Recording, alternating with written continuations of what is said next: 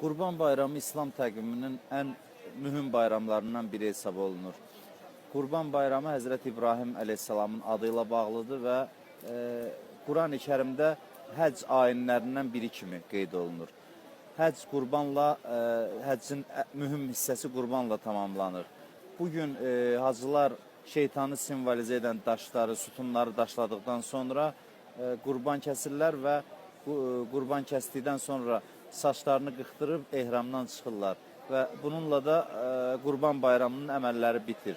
Qurban Bayramı Allah yolunda fədakarlığın rəmzidir. Qurban Bayramı həmdərdliyin əlamətlərindən biridir. Yəni Qurban Bayramında insan öz nəfsini qurban kəsir sanki və qurban kəsilən ətin heyvanın əti də yoxsul insanlar arasında paylanır ki, bayram sevincini bütün insanlar yaşaya bilsin. Həcc ayini demək olar ki, Qurban Bayramı ilə həcc ayının mühüm bir hissəsi tamamlanmış olur.